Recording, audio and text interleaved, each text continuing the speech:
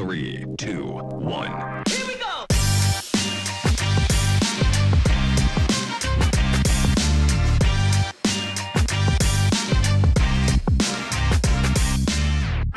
Welcome to the System and Soul Podcast, a place for founders and entrepreneurs to discover breakthrough in their business. I'm Benj Miller, fellow founder, business coach, and your host. This is your place to gain clarity and control as you lead through the challenges you face every day in your business. Running a business is just hard, so we're bringing you the conversations with people who are figuring it out, have figured it out, to help you find breakthrough. Welcome to the System and Soul Podcast. System and Soul, welcome back. We've got a fun one today. Dr. Tracy Brower with us. She's written a few different books, but you'll find her expertise fascinating. Today, we're going to be talking about the assault on work, the future of work, and the impact of connection and community. Dr. Tracy, thanks for hanging out with us. Awesome. Thanks for having me. I appreciate it. So I warned you that I kicked this off with, you've got to tell us something about you that we cannot find through your LinkedIn or your Google or your blog. Oh, I think I've been skydiving 3 times. That's I guess kind of something you can't often find. Okay. What you liked it enough to go back? I did. I liked it the first 2 times. The third time was absolutely terrible. I don't think I'll ever do it again. What made the difference? Oh, I got really sick on the way down, and the guide wasn't as good either. Like there was a little more fear involved. So that's a lesson learned. If you go back to that first time, did you learn anything from that experience? It was the coolest thing ever. I remember before I jumped out of the plane, I was as afraid as I've ever been in my entire life. And then immediately after jumping, I was as unafraid as I've ever been in my whole life, because the thing I was afraid of, falling out of the airplane into the sky, happened. And so it was really quite an awesome experience. The free fall was just terrific. Yeah. And that experience of like fear, no fear was fascinating. I've yet to do that, so I look forward to it sometime. Highly recommend. Highly recommend. With a good instructor. There you go. That's right. So talk to us about the assault on work. Oh my gosh, this keeps me up at night. It really does. I know I'm a geek, so it might not keep everybody up at night, but we have this process going on right now where we talk about quiet quitting, and we talk about work is bad, and we talk about how the most ideal situation is to do as little work as you possibly can, get away with as much as you can, and it's best to just sit on your couch and eat bonbons. And that is what I think about as the assault on work. And it's hurting us, because work is a really important place that we get to express our skills and talents and be part of a community and connect with colleagues. And it gives us purpose and meaning. No matter what we're doing, it's part of contributing to a community. So I just worry about the assault on work and the degradation of our relationships and purpose. This is a weird question, but where does the assault come from? I think that that's an interesting question. It's probably a loaded question. I think a lot of it comes from media, and I think it comes from the way that we are polarized. Like media, I think, tends to exacerbate issues, right? Because extremes tend to sell better than average stories. And I think social media exacerbates it as well, because we understand issues in sound bites. We don't listen to nuances. The algorithms work too well, and we tend to see things that we already agree with, which tends to make us believe that our opinions are shared by more people than what they really are. And so we get this out of kilter sense of what's important, what people are thinking, and what's going on. And I think that exacerbates it. So who are the heroes then in your mind? Who are the heroes? I think they're the people who are doing great work and talking about it, right? Like maybe they're working with nonprofits, or maybe they're working with any organization really, and just talking about the difference that they're making, what it means to them, and how they're serving their customers, how they're creating relationships with their colleagues. I think when we express and use our voices to talk about how work is meaningful to us, I actually think that that's pretty heroic. Yeah. Yeah. So what, if you're, on your soapbox for a minute, thinking about up at night, like what is the message that Dr. Tracy would want to shout from the rooftops to people on this? I think the message is that we need to embrace work as a really important part of life. Like, of course, we need time, sitting around reading a great book or, whatever, eating popcorn or taking a nap on a Saturday afternoon. We all love that kind of stuff. But I think we really, really need to embrace, like, whatever you do, it has dignity. Whatever you do, it gives you boundaries between your life and your work. It gives you the opportunity to connect with your colleagues. It gives you the opportunity to express your skills. And so all work has dignity, so we should respect whatever people do. And I think we should embrace work as a really important part of life, not something that's bad or negative or needs to be separated for the rest of life. Yeah. Almost everybody that I know of that listens to this podcast is in some form of leadership role.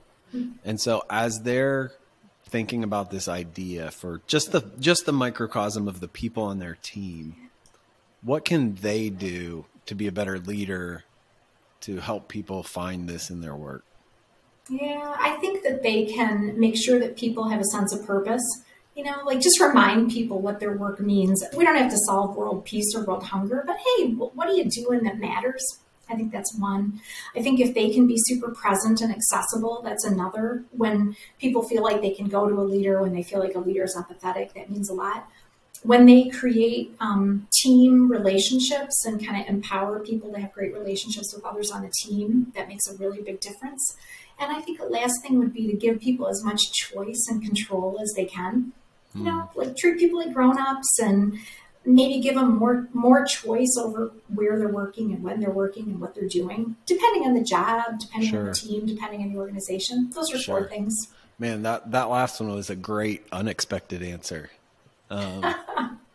So the second thing on your mind is just the future of work. And what is that one keeping you up at night too? Only in a good way. I think the future of work is a really exciting place that we all get to go together. The one thing I think is really wonderful right now is we're talking about work and thinking about work so consciously, right? Like, the last few years have made us think about what we do and why we do it and with whom and for whom. And so I think the future of work is going to hold a lot of promise for us, a lot of promise in terms of how we maybe lead differently, how we collaborate differently, a lot of promise in terms of the emphasis on well-being and kind of the holistic experience that people are having. There's more, but those are a couple of the things that are, I think, going to be really salient in the future of work. Yeah. So where are you putting your energy to make those things come true? I'm putting my energy I actually am putting energy into writing about it a fair bit. Like, how might we lead differently? What might that look like? How do we evolve the way we collaborate? How do we value well-being? And how do we think about investing in well-being for people? I think the more we talk about those things, the more we put them to the top of the radar or the center of the radar screen, and make them part of the dialogue that we're all having. I think that helps. Yeah, for sure. Talk about the, well-being of our people is this tricky thing because we want to help it, but we can't force it, So what are some of the best things that you've come across in terms of that leader empowering the people to that level of well-being? Yeah, interesting. I feel like a really big part of it is just paying attention to it and taking action. Like, a lot of times people aren't looking for perfection, but they're looking for somebody to tune in and ask questions of them personally, to check in and be present right at an individual level. I've got an article coming out tomorrow that talks about how organizations that invest in physical health pay off significantly in terms of business benefits, like testing people so they identify issues, coaching them on habits like diet and exercise, things like that. But well-being is also about helping to create opportunities for people to connect with their colleagues, right? Or another really great way to support well-being is by helping people kind of navigate the work family, the responsibilities that they have and the way that they manage their time and the control that they have, again, over their time and their choices. in when they're working and how they're working, so they can, I don't know, do the daycare dash or the elder care dash and then turn back on later if that works for them. So those are the things that I think the bottom line for me is really understanding well-being for each unique individual, because my answer to well-being might be different from yours. Yeah. And you kind of remind me, you kind of said this in there without saying it, but so much of it is just asking the question that shows that you care. And then if there's something you can do and follow up to that, like actually do it, like, or do as much of it as you can. Yeah, right? exactly. Yeah. I think a lot of leaders worry about, oh my gosh, I don't want to ask the wrong questions. I don't want to ask too many questions, right? I don't want to do the wrong thing. And I think they worry, oh my gosh, I'm not a social worker. What if somebody comes to me with something I can't handle? But I think it's just the presence and the empathy and connecting people with resources. Those make a big difference. And I think as leaders develop their skills, that's a demonstration of emphasis on well-being as well, right? That's a great point. So there's almost this, like, in some cultures, there is a separation of business and and dare not cross that line. And I've led senior leadership teams where I've got in there and I try and give them opportunity to, like, share like a personal win from last week, a personal win, not work related. And they can't do it. They somehow weave it into something work related that happened, and just some people aren't willing to cross that line. I don't think it's our place to force them, but I think asking the caring question that does go over the line, whether they're willing to step over it. No, is that, you're shaking your head? Yes. Yeah, totally. Yeah. I mean, I think the right answer is to ask the question, then take cues from people about how much they want to share, right? Like that's how if we look at human relationships, that's how we develop trust, is we, like I share a little bit and then you share a little bit and then I share a little bit more. There's that reciprocity that occurs, but also, like, people get to choose and they might have different levels of comfort with how much they share. So I feel like there's an important there's a listening element at a literal level, but also at a figurative level, like listening for how much people want to share and how private they want to be, and then just being really respectful of that boundary. I was in a situation last weekend where I was asking some really difficult questions, but caring, and very much from a caring standpoint. And I kind of kept pressing maybe a little more than they were comfortable with. And my mentor happened to be in the room. So we left and I said, hey, did I go too far? And he looked at me and said, I don't think you did. But if I'm ever wondering that in a conversation, I just stop and say, hey, is this something you want to keep talking about? Or you need to back off it right now? I'm like, that's so brilliant. Like, why don't we just ask people? Like, do you want to, hey, I'm worried about your personal life. You want to talk about that or no? No? Okay. Exactly. Yeah. Give me that TPS report. Yep. All right. So talk about the impact of connection and community. Yeah, so this is such a big deal, right? Like when we interact with people superficially, it's actually correlated with happiness. So I talk to the person, I don't know, the barista, I chat with the barista, or I chat with the person at the checkout counter at the grocery store, whatever. But we're not getting a lot of those superficial interactions anymore. We've sort of elevated convenience. I order on the app or I get the delivery on my doorstep. We've elevated convenience over some of those connections. So work ends up being a really important place that we make those connections, that we form those relationships and those bonds. Even if somebody isn't our BFF, right? They're still part of a community. And so that connection and that community that comes through work is so critical. So in my mind, this is related to the future of work as well, where the role of work in the future becomes even more important. Like there's a great survey that says 75% of people make their friends at work. Yeah. Because work is a place we spend so much of our time, right? So, and one other thing I think is fascinating.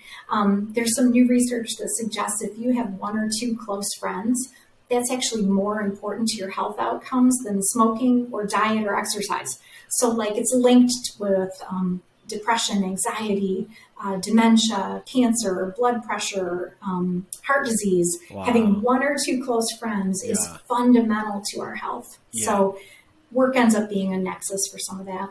I've heard the same kind of stat in the workplace that, and I can't remember the exact number, but it was astronomical, that if you have one or two people that you would consider friends at your place of work, the chances that you stay there in the 90% somewhere. I can't remember the exact, but it was a lot, just that one simple thing. Working with software companies, they spend a lot of energy, money, analytics on what are the couple things that if a user does these two things, they're likely to renew or stay on, and not leave. And it's like companies have figured what that thing is, right? Having those connections in the workplace, but spend zero energy or effort creating them.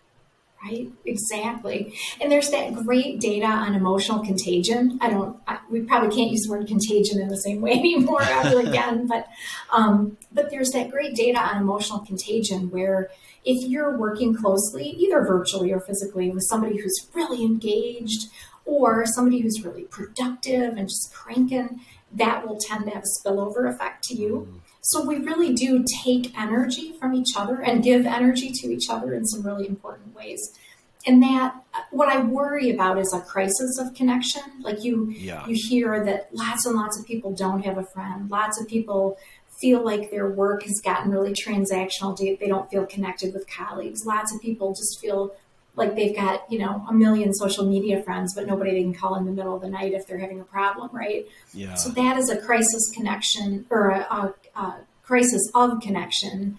And I just feel like we need to think hard about how we're going to deal with that as a society. What's the antidote? What can leaders start to do to start leaders to build that? Yeah, I think the obvious thing that leaders do is some of the team building, right? We'll go axe throwing, or we'll do a mixology class or a cooking class together. That's great. But what a lot of people don't realize is that what is more fundamental to bonding is actually doing tasks together, solving problems, rolling up sleeves, etc. So I think what leaders can really do is give people opportunities to work on projects together, like joint assignments, to emphasize mutual goals, to give people the opportunity to participate outside of their swim lane, so they're getting to know others in the organization. Yeah. And I think the other thing that leaders can do is make space for some of the more casual interactions. Like we tend to think of great leadership as being really tasky, like we get things done and we follow our agenda and we're very efficient and we don't waste any time. But sometimes the upfront chit chat or the, hey, how's the weather or how's your weekend can be really important when we have more distance in our relationships. So just creating space for those times as well. Yeah. So much of this just comes back to showing you care. It does. I know it's kind of embarrassing that it's so simple, but we get going really fast and we get into hustle culture, right? 100%. Yeah. We do value and reward productivity and all stars and achievement. But when we look at the best leaders we've ever worked with, those aren't the attributes that we list. They're like, oh man, they trusted me. They cared about me. They saw something in me. They gave me a shot. The attributes just of this, they all have this caring nexus to them. Yeah, I love that. And I love what you're saying about they gave me a shot, they believed in me, right? Like there's a future element to it. There's a potential element to it, which I think is really important as well. Yeah. So in you talk about, we kind of ask the question this way, like what's the better way? Like in your industry as an expert, you're literally writing another book on, the trilogy on this kind of thing. Leave us with like, all right, you're on your soapbox again. What should we be focused on as leaders? And maybe it's at the intersection of the assault on work, the future of work, and the impact of connection and community. Yeah, I think that we have a huge opportunity. First of all, I think leadership is fundamentally hopeful, right? Like by definition, leaders are setting expectations for the future, or they're setting direction, or they're giving feedback about how they want people to perform tomorrow or the next day. Hopefully. And so, yes, hopefully. So leadership, theoretically, right? Leadership is optimistic and hopeful, and it's about the future. whether or not it's hopeful. It's always about the future. And I think that we can really focus on learning and stretch. Like that's one of the other things that people don't necessarily realize is that when we're really, really trying hard at something and we don't already know how to do something, we have to stretch in new ways. That's actually really, really correlated with happiness. So if we personally can think about, what do I want to do next? How do I want to push myself? What's the next thing I want to learn, right? Personally or in my volunteer life. And for leaders, what are the growth opportunities we can give people? And that isn't always up. Sometimes it's across. Sometimes it's in more of a lattice framework than a ladder framework. Yeah. But I think we definitely want to think about learning and stretch. There's an 85% rule that you will be most motivated if you succeed 85% of the time. If you fail 15, if you fail 15% of the time, you tend to keep coming back, right? But if you fail more than 15% of the time, you might say, oh, this isn't my thing. I got to find something else. Yeah. Or if you fail less than 15% of the time, you might say, oh, I kind of have this one figured out. I'm going to go for the next hill. That's so I think that when leaders can give that stretch opportunity, that's a big idea. I was skiing with my daughter last week for the first time. And at some point during the day, she like kind of bragged. She was proud of herself. She's like, I haven't fallen once. And I just looked at her and said, sounds like you're not trying hard enough. Good for you. I love that. Yeah. Yeah, exactly. And then, right, we need to give people the opportunity to try and risk and fail. It's the relationship between psychological safety and risk. Like if people feel really safe, they're more likely to take appropriate risks and try hard. And you know what? If we do it right, we're going to fail sometimes. And we need to support people through that. Yeah. I'll tell you another story. And I wish I could give credit to where I heard this, but I don't remember. But a guy dies, shows up at the gates. There's somebody there to meet him. And he says, hey, come on in. You're totally welcome. This place is awesome. Whatever you want, whatever you can think of, you can have. And the guy's like, really? Well, let's start with the Ferrari because I've always wanted a Ferrari. So he gets his Ferrari.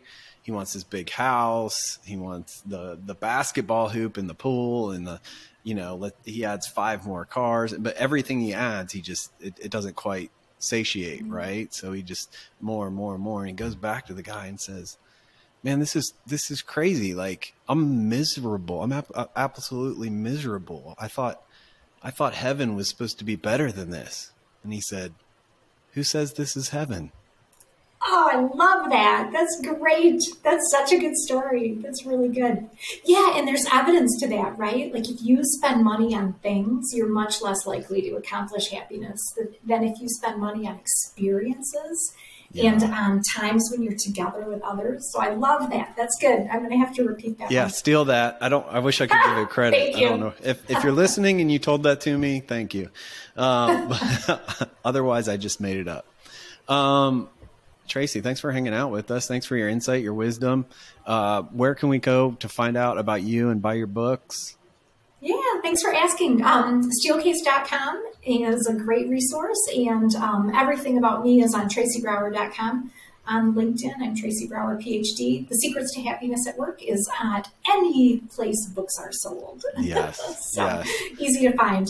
That's so fun. And nowadays it is easy to find. So, hey, thank you for your time and your thought and your smile and making the workplace a better place. Awesome. Thanks for having me.